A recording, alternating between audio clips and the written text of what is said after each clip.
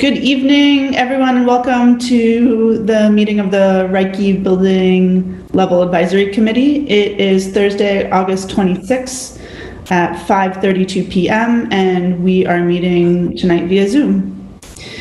And I want to thank everyone for taking the time to join this meeting tonight. I know the timing is a little tricky right at the end of the summer.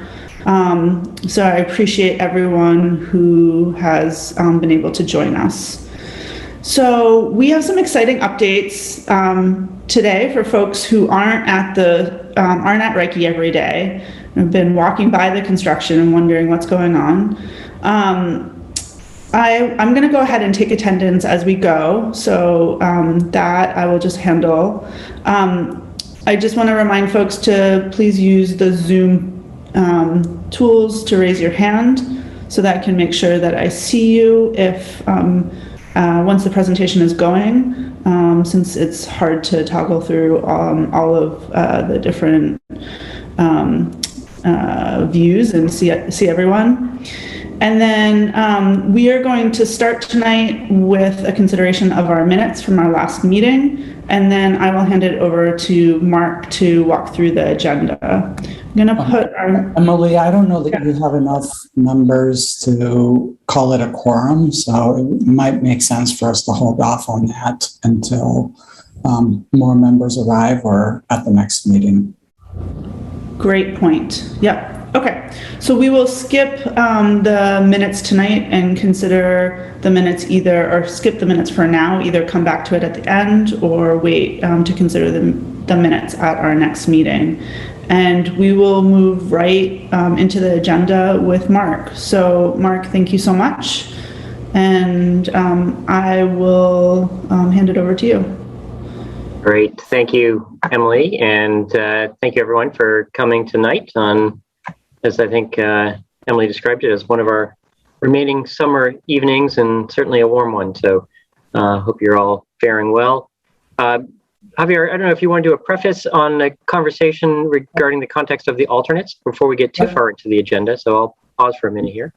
Yeah, today the two topics on the agenda, one, which is where we'll spend the most of our time, is talking about where we are with the project itself. Obviously, as Emily said, there's a lot of activity going on, but we also wanted to preview the alternates discussion. I think everybody knows at this point that we used a significant amount of money, most of which had been saved in the Reiche bid to allow us to move forward with the Brezomscot project. So that was the business that the DABC first recommended and subsequently was approved by the board in July. So we also at that time agreed that we would go to the District Advisory Building Committee to develop a process for determining how we would make decisions about the alternates that were spec'd out in each of the different projects. And obviously they're alternates because we knew that we wouldn't be able to fund them with what was available up front. And so what we wanted to do today was just briefly update you on what the sort of overall picture looks like in those alternates, and also let you know that we're not doing anything with that today. The DABC had to hold off on developing any kind of process for decision-making around that because we asked them to do so, because just as you'll see when we start talking about the Reiche project, and the same is true for the other two projects, there's a lot of moving pieces. And at this point, we have a relatively small amount of money that's left over for those alternates. And we want to make sure that there is, that amount is going to be available before we make any decisions about it. So I think with that, Mark is just going to walk through the overall sort of project overview and talk about the specific, Reiche alternates that were envisioned and review with you where you rank them in terms of order of preference the last time that we tackled this issue. So I think that's about the framing that we needed for that, Mark. Great, thank you very much, Superintendent Botana. So we'll get everyone can see the slideshow, I believe, and we'll move through. I think the next screen is simply just the agenda, that the topics we've talked we're going to cover. So just framing again where we left the alternate discussion and where things are now, and then we'll get into the project update, where things are, and then just next steps in terms of our meeting schedule for this group. And I'll make sure I pause as we go through the material, so that if there are any questions, I'll look for the cue to stop and answer them.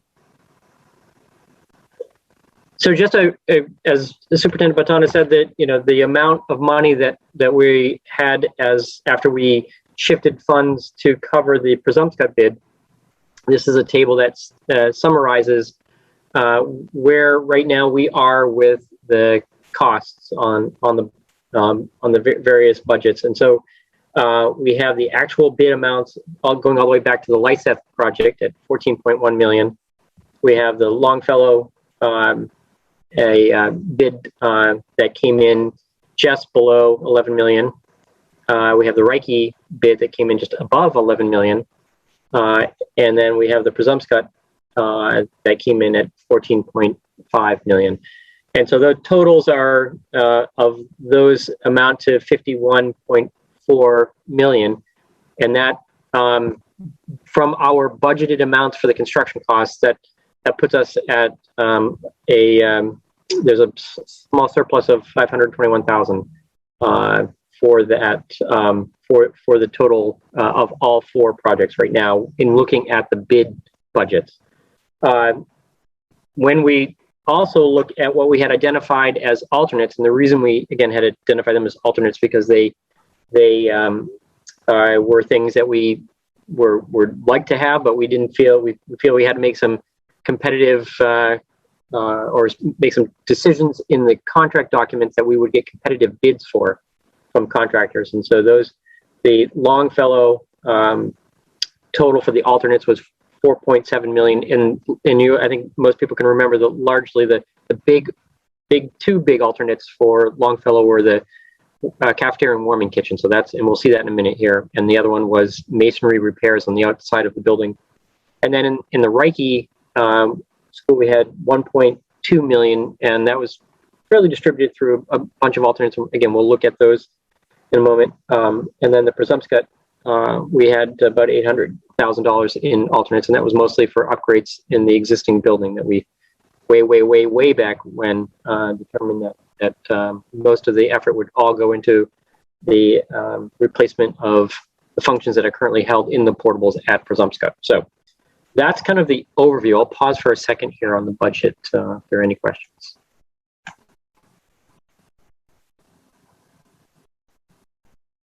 I don't see any hands, so I think we're good to go. Okay. So the Reiche alternates, and there's two tables here, or two halves to the table, if you will. The upper portion of the table is what was carried in the contract documents. The bottom is what we last, as a group, BLAC, had identified or prioritized as the desired order of alternates in terms of including them back into the project. And so it's almost easier maybe to, we'll sort of start from the bottom and go up, if you will. But remember again that the top is what was the final contract documents and the contractor price is. That's in the top list.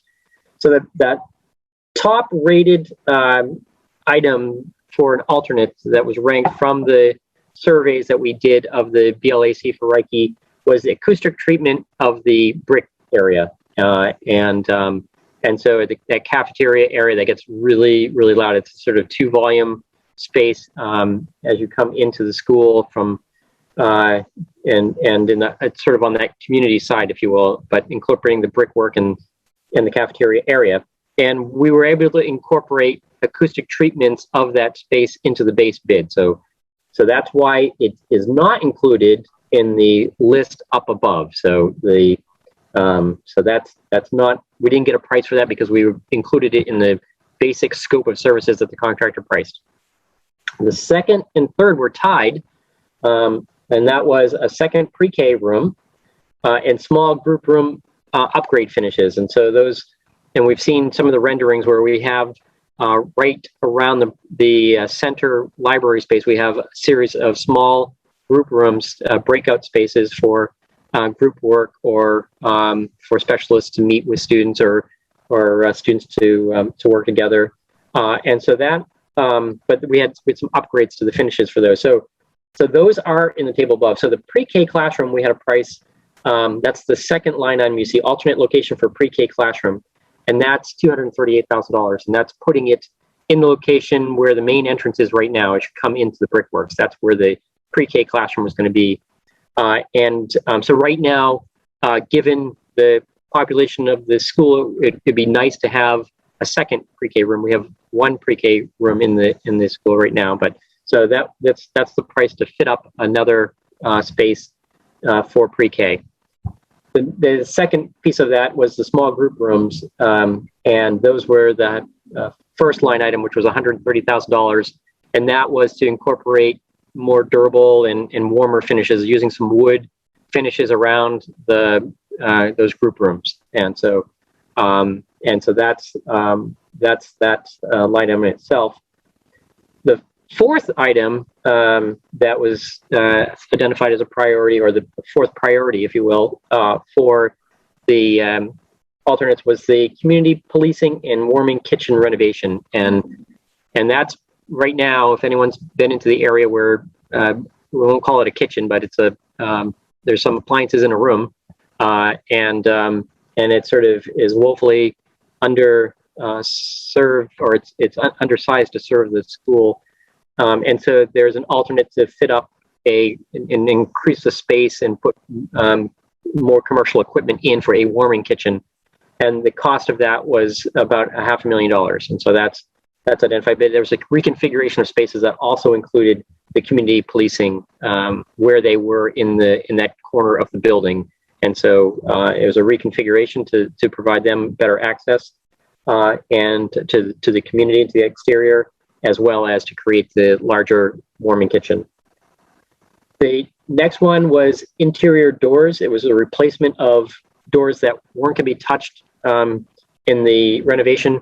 Well, as most of you know, Reiche didn't have a lot of doors. And so the doors that were remaining, we included in the base bid. So there weren't that many. And by the time we ended up looking at it, it was a pretty small effort to include replacement of all doors as part of the scope of work. So in the school building side of it, the doors will match when we're done. The next item is to enclose the corridor on the roof that connects the school side to the community side. And when we started looking at that, it would have actually required pretty significant, because of the construction of the waffle slab and the way that those they behave structurally. They're sort of a two-way structural slab, and to create the reinforcement would have been prohibitively difficult from a technical. It would have been significant steel reinforcement on the underside of it, going down with columns, ripping up the slab, putting piers underneath the existing brickwork. And so in evaluating that, there was a significant challenge trying to accomplish that structurally. So we didn't include that in the construction documents. And the last item that was identified was to add insulation to the exterior walls. And as we dug further into what that would require, it wouldn't have been on the interior side of the walls, it would have been on the exterior side of the walls. And it would have been in a completely going through and redoing the appearance of the building itself and going through historic preservation after determining what the solution would be with a whole insulated exterior of the building itself.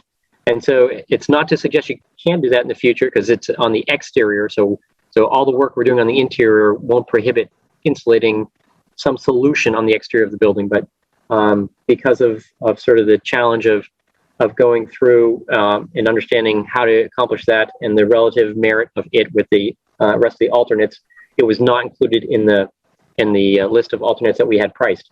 What we did price was the replacement of heating piping throughout. When we dug into the mechanical systems a little bit more as we were evaluating the building, the hydronic piping in the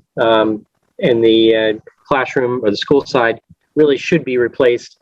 We included that to have it priced as an alternate. Again, this is an item that is part of the laundry list of deferred maintenance that should be done as buildings age, but and it wasn't critical, but it should be done, not a must be done or catastrophic failure. So it was priced anyway. So now Steve and company know what the cost to replace the heating pipe will be.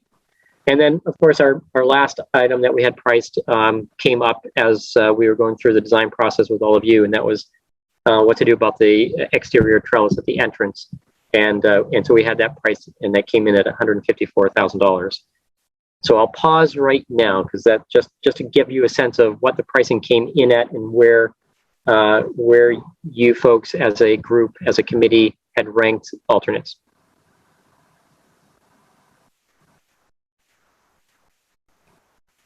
Mark, can you explain the heating piping a little bit more? Absolutely. So from the heating plant, the boilers, we distribute hot water to all the unit ventilators at the exterior of the on the building, and that's the fan that blows all that air in from the exterior wall and heats the interior of the space. And so the heating piping is what we distribute from the boiler throughout. It's a loop that goes throughout the entire building, delivering the sort of hot water to the unit ventilators, and then and so over time these metal pipes they corrode or they start to lose life, and so again that's an aspect of that. So it goes throughout the building and ties into all the heating appliances. Thank you. Javier? Why was that not rated under the rankings? It was discovered, so the rankings were very early on as we were evaluating what the scope of the project would be. And when it was only during the design, as we were investigating the building, getting further and further into our detailing, that we looked at the condition of those as warranting consideration for replacement.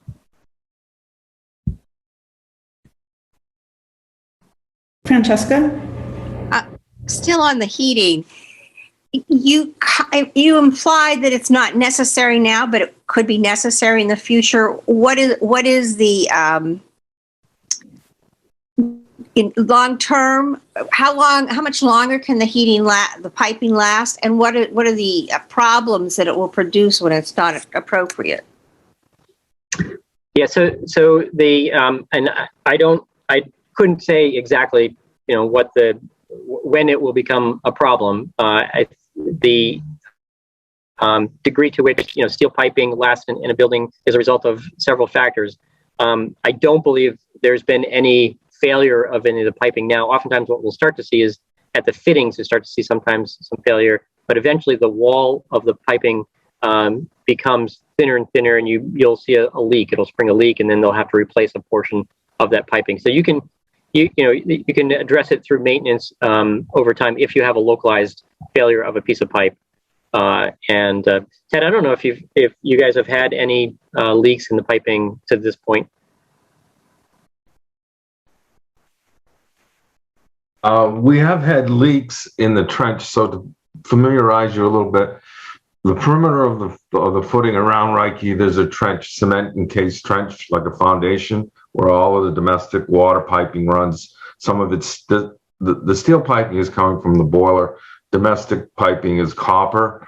And I think that's the first conversation I had with our school board chair, Emily, was over a leak we had in the trench. I was on the job for a week.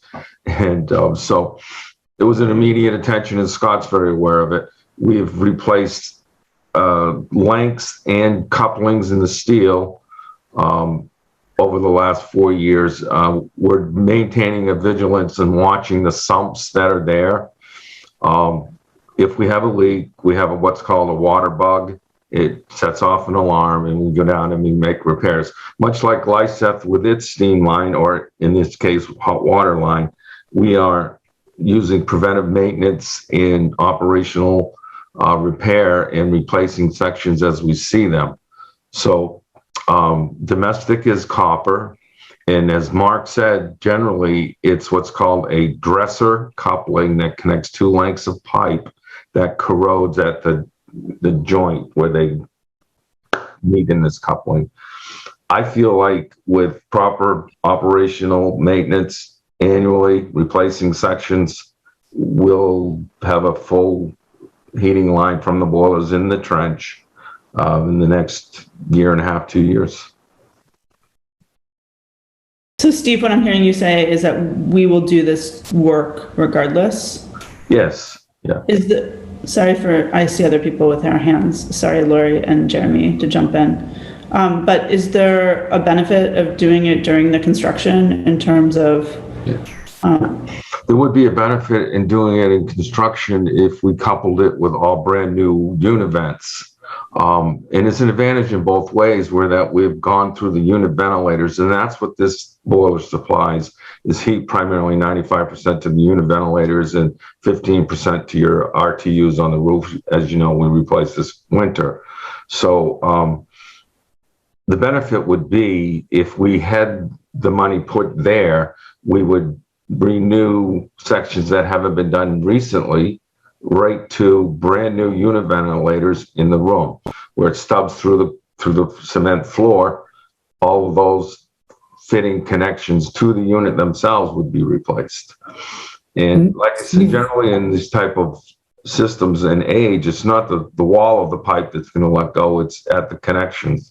So anytime you have a elbow or a coupling, that's where we are finding that it goes to failure first. And Steve, remind me, are the univents included in the specifications for this project? Not in total. Right. Mark, can you help me with that? How many, if any? Yep. Where we have, because we're dividing up the spaces differently than in the new room, the entire open area, we've ensured that we have a new unit ventilator in every room that needs on the exterior. So we have new unit ventilators coming in, but we're not replacing all of them. And what percentage of the unit ventilators are will be new? I don't know off the top of my head, Javier. I'd say it's probably to the tune of 25 to 30%, but I have to confirm that.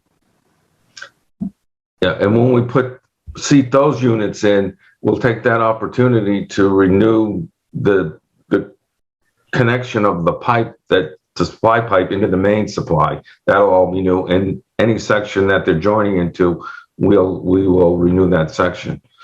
And again, if we look at the pipe and it's Schedule 80 and it's still Schedule 80, all of the fittings will be replaced. So schedule means the thickness of the wall.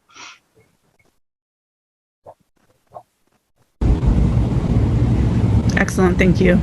Lori? And my question was basically yours, Emily, if there was a benefit in doing it now during the renovation rather than bits as parts of it fail.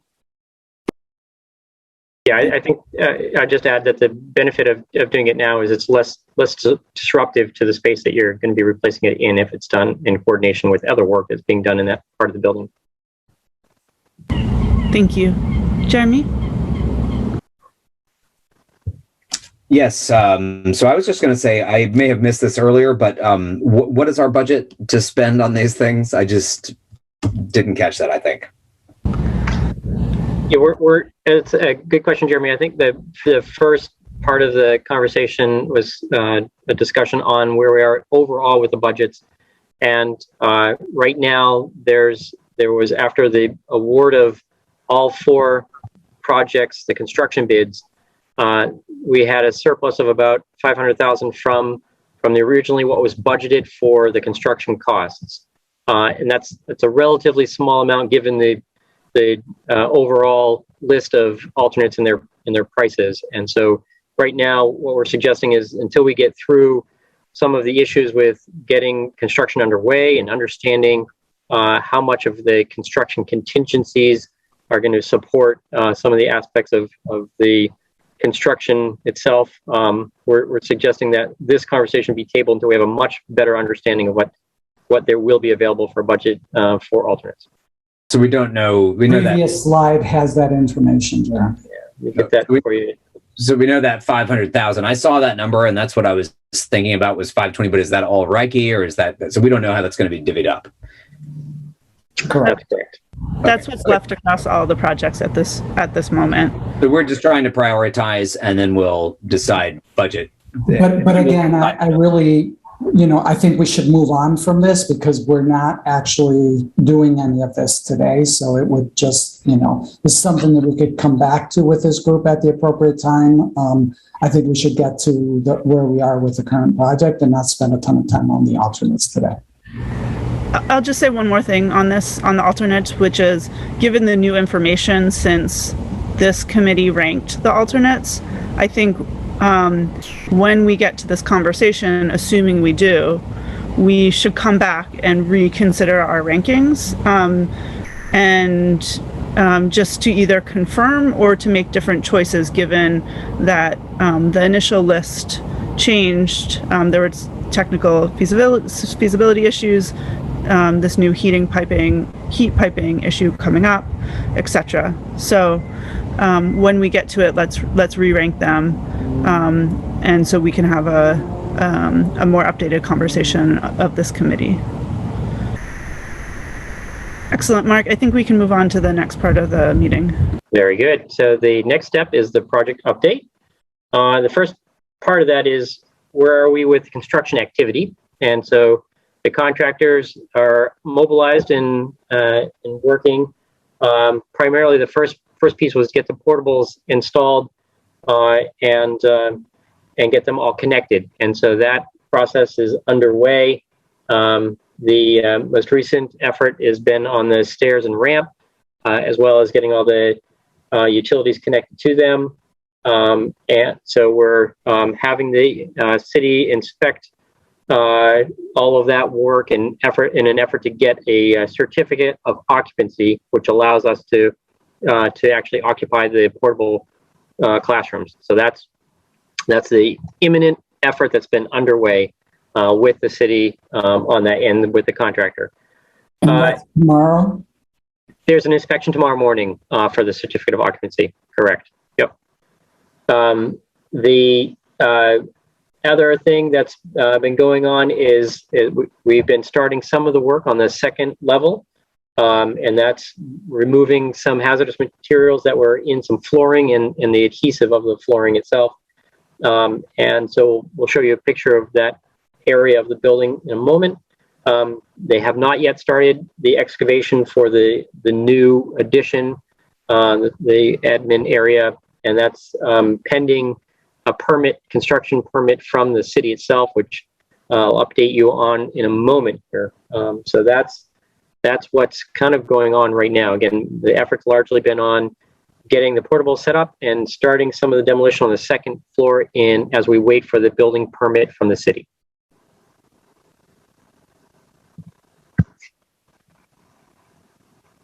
Whoops, let's go. Hey, wrong way here. Let's go. So these are fairly recent construction photos. They're probably about a week old now. So things have progressed even more from this. But the large image is the second floor, and the wall that's being constructed is one that will actually become a permanent wall. And that's going to separate the area where they're going to build classrooms, the permanent classrooms, from the remainder of the space.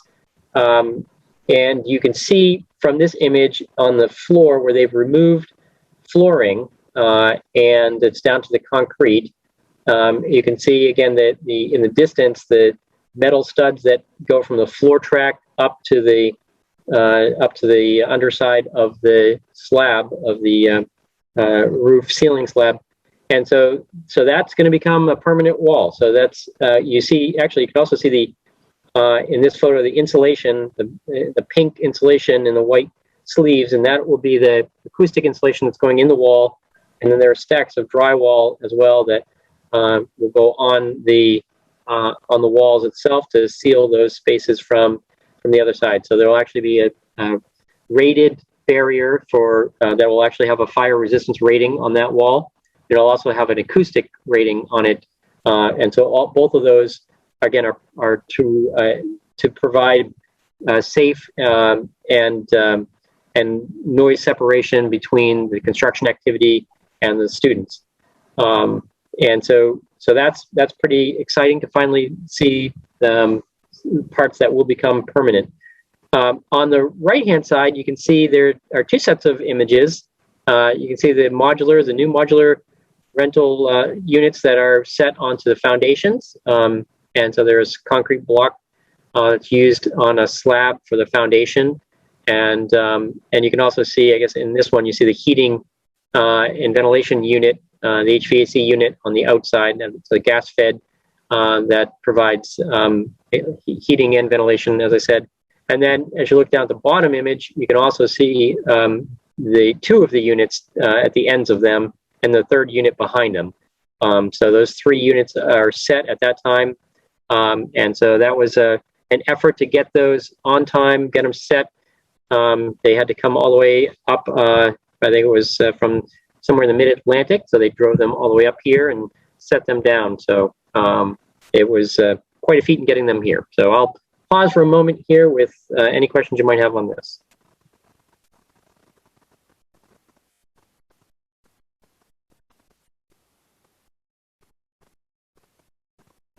I think we're good, Mark. All right. And then the next piece of, as I mentioned, we're working with the city and obtaining the permit. So we applied for the permit some time ago, particularly for Reiche, but it takes several steps in the process and working through with the city. And so in fact, it wasn't just a single permit. We had to solicit a permit or apply for a permit for the portables themselves, a separate building permit, and then the building permit for the large project.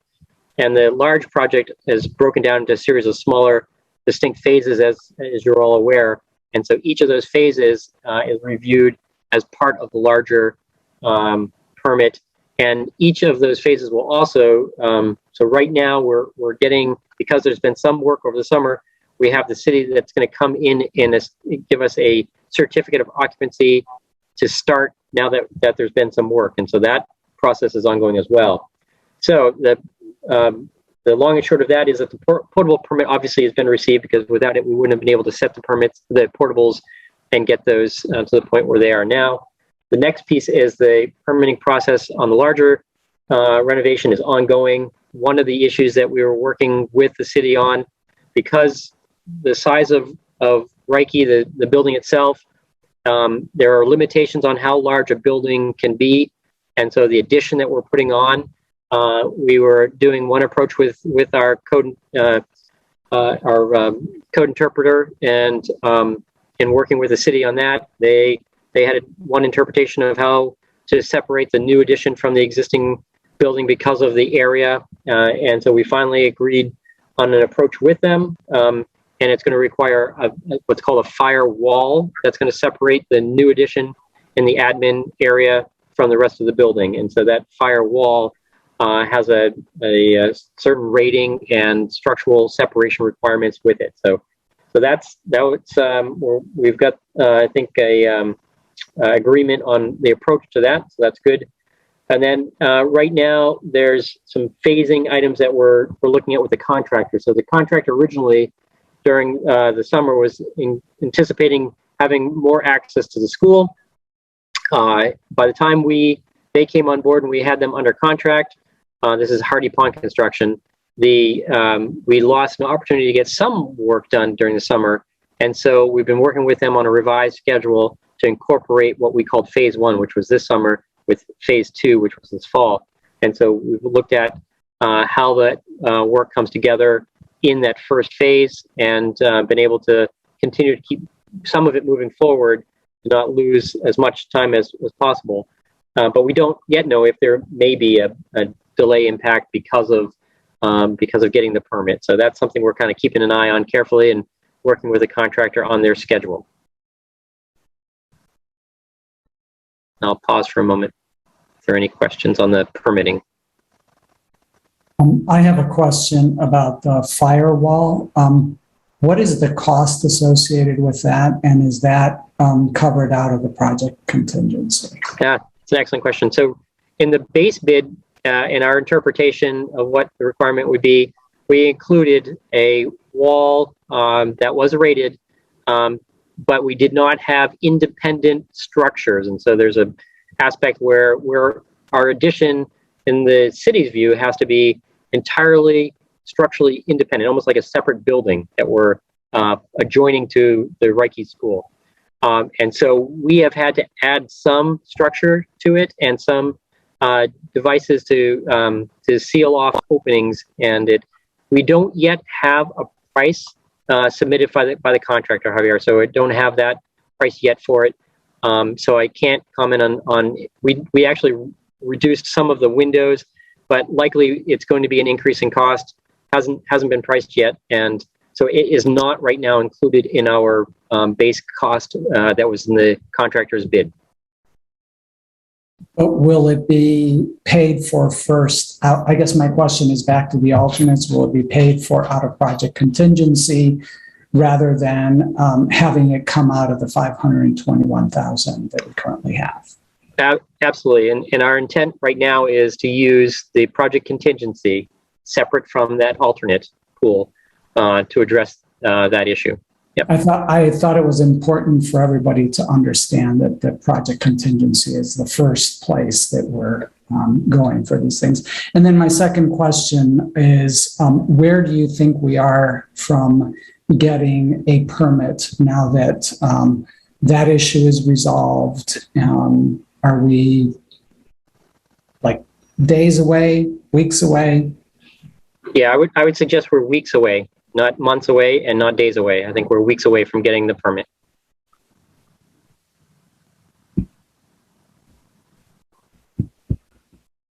And why, just to follow up on that, why is it weeks and not days? Right now, just given the pace of what we've seen with the other projects, they just the back and forth with the city, and it's not just this project that we're working on with them to get the permits. It's all three, and so we are now we think very, very close to Longfellow. We've kind of, that one was the one that was in the first one out, and so we're further along with the permit progress with them, but they're still they still haven't issued that permit. Then we have the Reiche, and we also have Przomska that we're working with them on. And right now, they've told us that their highest priority is in getting the certificate of occupancies, getting for the portables and for the start of the schools. And then after that, they'll dig back into where we are with the permitting for the schools. And so just given the pace of where things have been and that we're still sorting out the very last of the certificate of occupancies for the start of the school.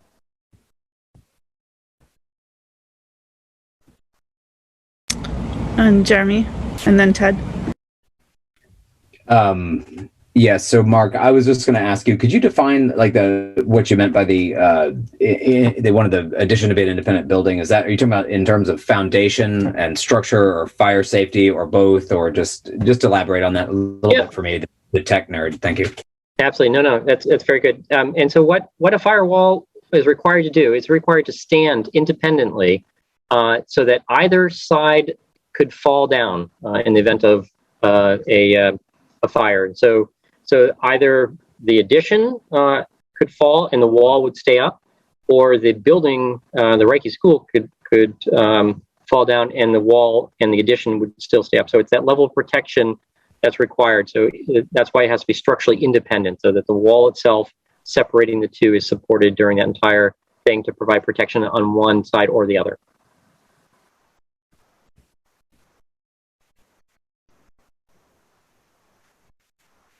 Ted? Thank you. My question is not necessarily related to phase 1 and phase 2, but in phase 4, originally what is currently the music room was going to be turned into offices for the health station. I'm wondering if that is changing, and if that is changing, does that change the amount of funds that can be reallocated somewhere else? Yeah, that's another good point, Ted, and that is that the originally that was going to be the health partners space. We're flip-flopping them, so we're going to take the music room, bring them over to the school side, and bring the health partner over to the other side where the music room was. The health partner has now moved out of the Reiche complex, and so what we have done is we've taken away all the partitions that we were in the fit up that we were doing inside of that area. So right now there will be a credit coming back for that work, and the question then is, what is the best use of that space going forward?